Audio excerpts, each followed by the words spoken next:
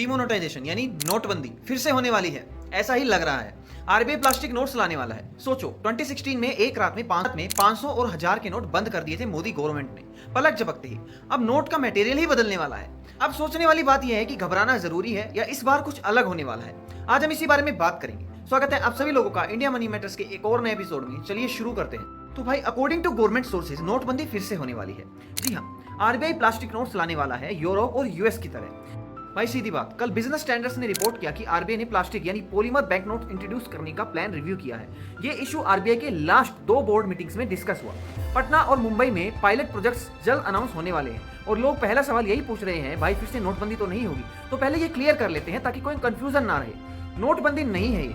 नोटबंदी में नोट्स बंद हुए थे, वैल्यू खत्म। यहाँ सिर्फ मटेरियल बदलेगा। तुम्हारा 10 रुपए का नोट 10 रुपए का ही रहेगा, बस कागज की जगह प्लास्टिक का हो जाएगा। अब सुनो आरबीआई ये क्यों कर रहा है, ये जानना भी जरूरी है।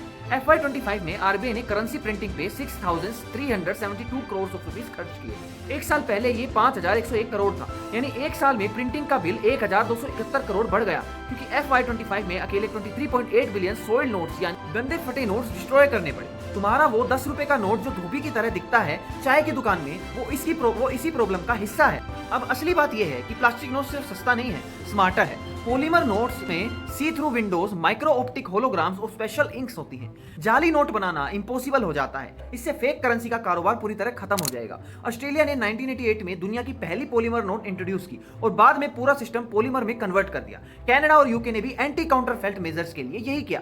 अभी दुनिया के 60 कंट्रीज पॉलीमर नोट्स यूज करते हैं। इंडिया लेट ज्वाइनर है, लेकिन लेट बेटर देन नेवर।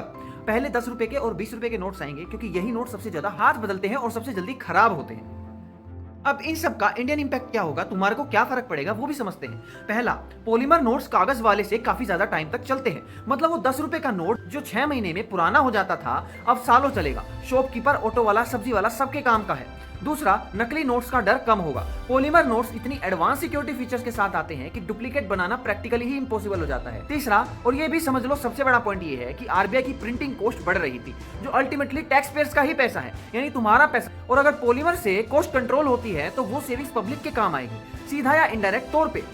तो समरी ये है कि घबराओ मत, ये नोटबंदी बिल्कुल नहीं है। नोट का रंग नहीं बदला, वैल्यू नहीं बदली, सिर्फ मटेरियल बदलेगा। और इस बार आरबीआई सही डायरेक्शन में चल रहा है। वीडियो पसंद आई हो तो लाइक करना, शेयर करना और ऐसे न्यू कंटेंट देखने के लिए चैनल को सब्सक्राइब करो और सपोर्ट करो अपने भाई को। मिलते हैं नई वीडियो में। जय हिंद, वंदे मातरम।